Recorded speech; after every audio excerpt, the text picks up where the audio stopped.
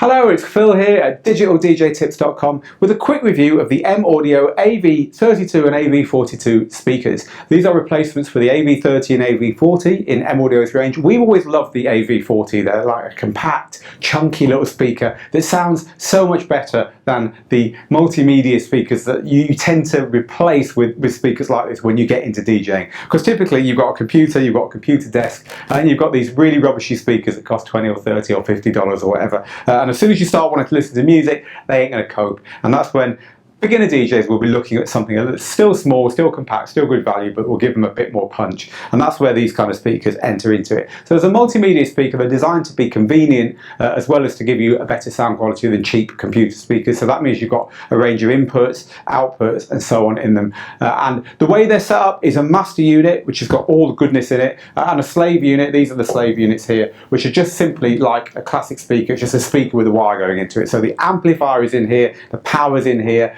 and all the other good stuff I'm about to show you happens on one of your two speakers.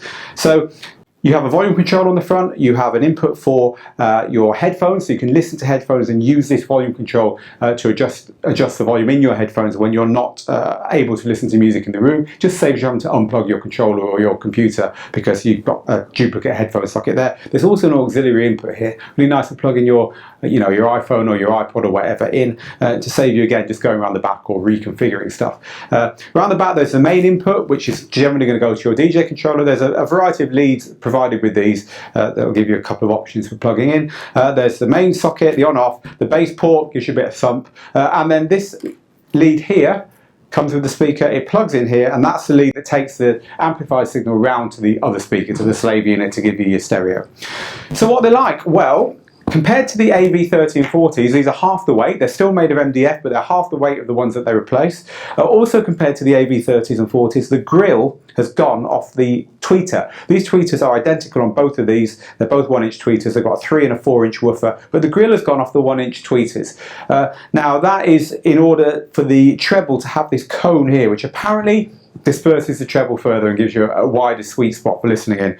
I don't know about that. I've not got the old ones here to test. Ours unfortunately gave the go stop after many years of good service, so I haven't got that here to test. But anyway, that's the idea behind it. You might worry that the tweeters therefore are going to be a bit fragile, especially if you've got kids with little fingers poking them. Well, there's the kid test. These are pretty durable, they just bounce back, so I don't think that's really going to be an issue, and I wouldn't worry about the lack of that grill there.